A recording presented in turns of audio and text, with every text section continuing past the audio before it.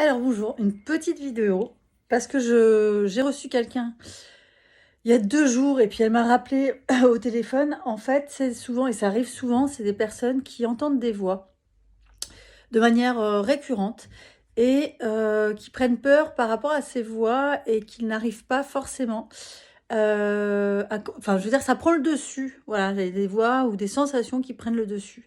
Ces personnes ont vraiment le sentiment que c'est des âmes bloquées, hein. Faut pas oublier que les âmes qui sont, dites lourdes, elles sont vraiment plus proches de nos fréquences, vibratoires que les hautes vibrations. Donc on a tendance à vraiment mieux les ressentir que les hautes vibrations de manière plus, voilà, tangible. On entend des voix, on ressent, même sur l'épiderme, parfois, on sent des sensations. Et du coup, ces personnes-là, elles, elles savent pas trop comment s'en sortir. Alors, un truc qui est simple, c'est que le vivant le remporte sur les défunts. C'est vous les maîtres, c'est-à-dire que vous pouvez déjà vous autoriser, et d'une, je vais peut-être vous choquer, à croire ou à ne pas croire, mais vous pouvez aussi dire stop, c'est pas le moment.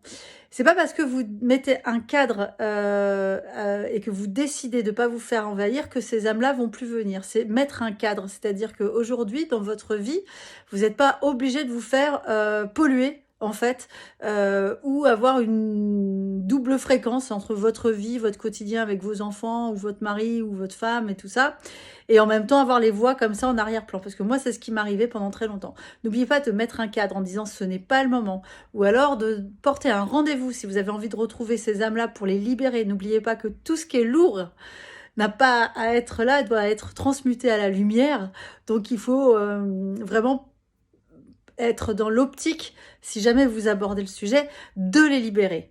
Et si c'est pas le cas, vous pouvez aussi déléguer.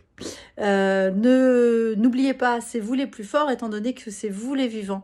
Et que parfois, il faut être intransigeant. Et c'est-à-dire qu'il faut vraiment être au clair en disant c'est pas le moment, c'est pas ta place.